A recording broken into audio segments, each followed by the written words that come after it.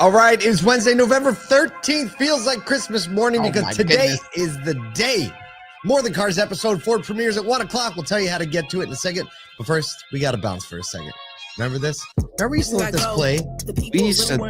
I think we should let it go today just because it feels like Christmas, you know? Yeah, we play music like this at Christmas in my house.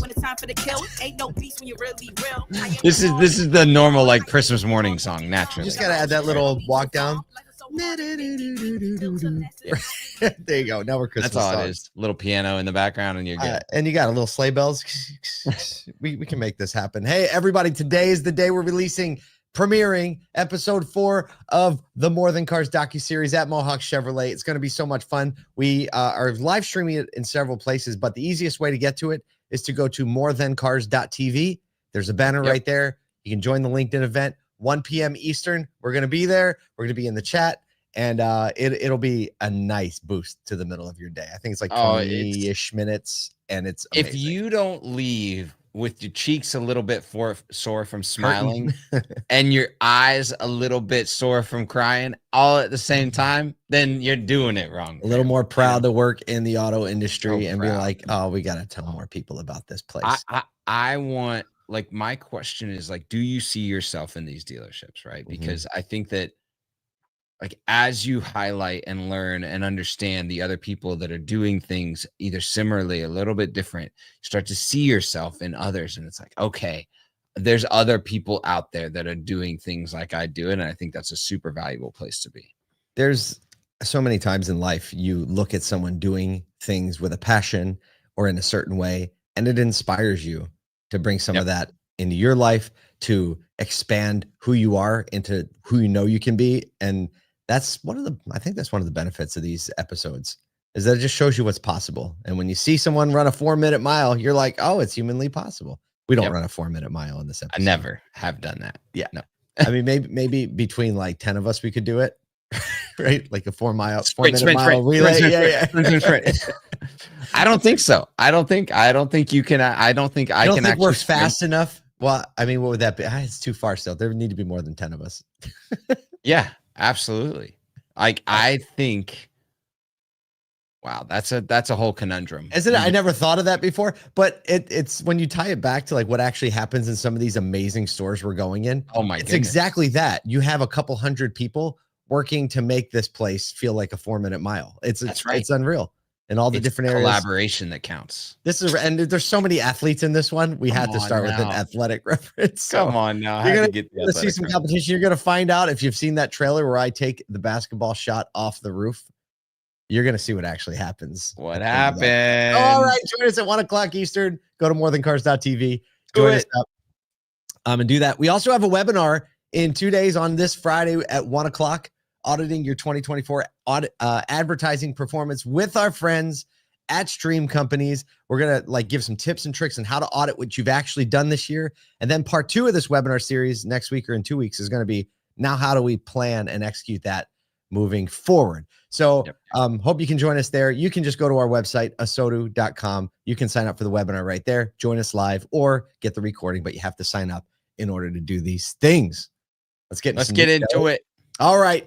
Rivian, how about this one? Rivian and Volkswagen Group have now finalized a significant joint venture worth up to $5.8 billion to advance electrical architecture and software for future EVs utilizing Rivian's tech, right? Yeah, I don't think they want to use VW's tech, right? Since the venture was announced in June, Volkswagen's investment in Rivian has now grown from an initial $5 billion to $5.8 billion. Rivian bringing its advanced EV technology, while VW is contributing what they contribute best: vast manufacturing scale on a global scale. The initial phase includes deploying Rivian's system in VW vehicles, launching Rivian's R2 vehicle, which looks really cool, by 2026. And get this, we talked about this, VW's Scout brand vehicles by 2027. So CEO Scott Keogh of Scout hinted that the Rivians will probably be some of the first vehicles to the Scout vehicles will be the first to leverage Rivians. All right. I'm throwing a challenge out there to Nathan, our producer, real fast. I'm throwing a challenge. You ready, Nathan? You got to do this in like the 38 seconds that I'm about to say this thing. I need a side-by-side of the R2 and the Scout. side by side, R2 Scout. Just see how fast we can get it. But one, I think this is super savvy, right? We've seen these partnerships in the past. You see Toyota and Mazda. You see, a bunch of different manufacturers going, yep, you have a little something better. Yep, we have a little something better over here. We've maybe got a brand, or we've got resiliency in the market. We understand the dealer network. We understand, whatever, or the distribution network. When you start to see these partnerships, you typically start to see advancement. And then also you look at like what both of these have done in adding manufacturing to the US. And we've been talking a lot about the new presidency and tariffs, and how these both have made the investment in US manufacturing. And so you think, I agree with you. Things coming together. There's a Venn diagram for success here. But if I'm a dealer right now, what I want to see from Volkswagen is some very clear communication on how this is going to benefit me. Not like at some point, because Rivian, obviously a competitor to the traditional dealer model. Scout, now a competitor to the traditional dealer model. And here's VW partnering the two together, saying, we're going to deploy this great tech. We're going to help this competitor to you out by giving them $5.8 billion. And we're going to help out this competitor to you called Scout, which we kind of built on the back of your efforts. So if I'm VW, or if I'm a VW dealer, I'm like, show me how this is going to help me release a vehicle. Show me how this tech now can get consumers excited about doing business in my deallership. Yep. Yeah. I mean, it obviously a lot of questions here, without a doubt. I mean, I don't know. I default to like, hey, there's more competitors in the market. Great. Next, like Jocko, like good. Yeah, good. I know, but I mean, I don't know. VW's kind of known for electrical issues, and they fixed a lot of them, but it's like a legacy brand that has always had electrical issues. Sure. So making that better, I don't know. We'll see. What's Nathan have? Does Nathan have? Oh, he's looking at his screen and he's like, "Come on." Okay, computer. So I had it done. Okay, here we go. Finally, it's pretty good. Remember to download and upload. Okay, here we go. All right, let's see. What do we got? Oh boy. I mean, guys. If you're not seeing this like I'm seeing it, I don't know what you're doing. Somebody's been hanging out by a campfire. Somebody's been hanging out together is all I'm trying to say. Someone's been around a campfire like, you making one of these? We're making one of these. You want to make one without? You know what we'll do? We'll pitch our windshield just a little bit steeper, and we'll call it a Scout. Like, it's uncanny, the resemblance. Oh, that's okay, good. Moving on. Oh, speaking of uncanny, stop. Segue.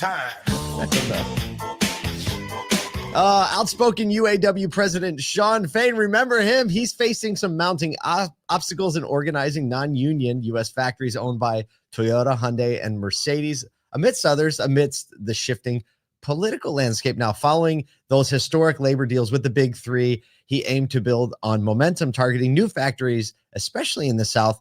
So a big win at the VW plant. His efforts at Toyota and Hyundai have had a lot of resistance, actually, as they raised wages. They said, this is why you should stay with us. Initially, Fain was focusing on this rapid takeover approach, and we all heard it, saw it, felt it. He now is kind of shifting the strategy. He lost the Mercedes plant in Alabama. I heard he only had 40% support at the Hyundai factory.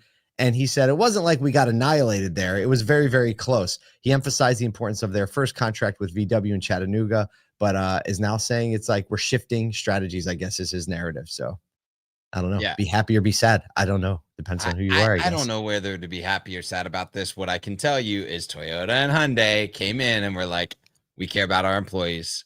I think the employees win on this one. And the employees win, right? Yep. Either way, whether it's being a part of the UAW, which I could probably contend is a little bit intense as well, right? Because you got to get even more increased wages to cover the costs.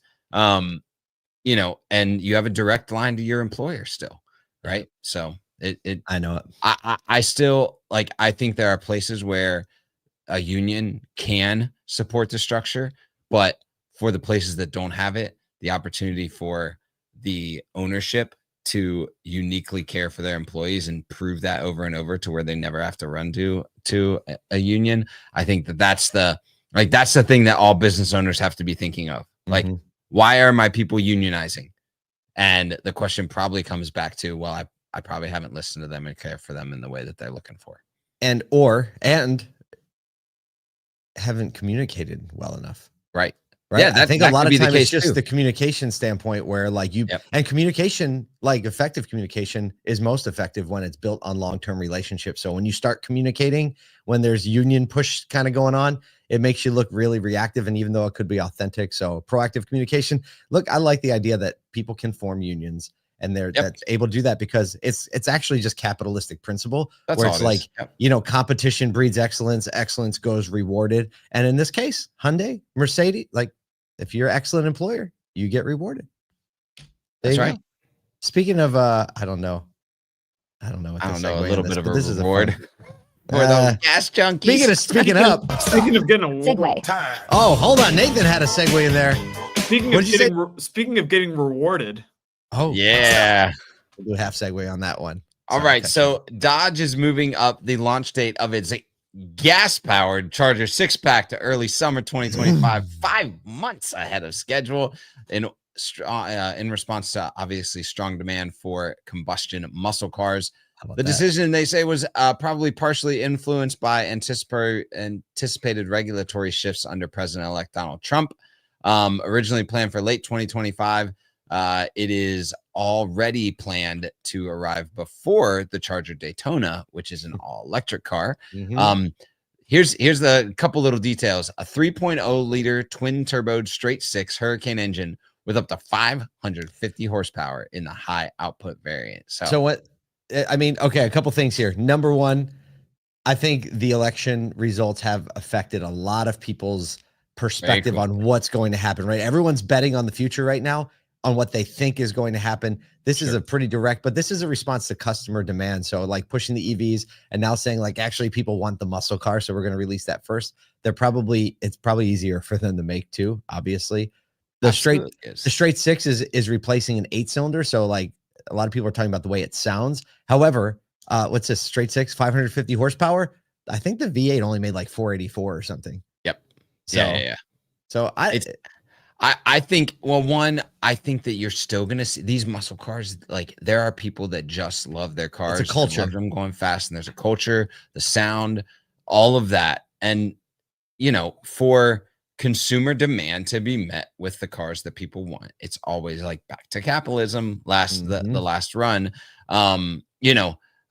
Again, like this is an article that has a little bit of opinion. Obviously, if you know the Jalopnik brand, it's got a lot of opinion. But I still like. It's interesting. Like you look at the relationship between President-elect Trump and Elon. Like, is that actually a deciding factor in how OEMs are going to market over the next 6 months? Maybe, maybe not. But here for a loud, fast car. You know what I'm saying? Yeah, I'm down with that. Oh man, it's gonna be so crazy to see what happens over the next 2 years because I also think charging infrastructure is going to grow like it hasn't grown. Right. So I don't know. I think we need all types of all the things. I think we need are you Toyota? Smart. Listen, join us for the live stream of episode 4. Go to morethancars.tv so you can get a little check mark. Attend.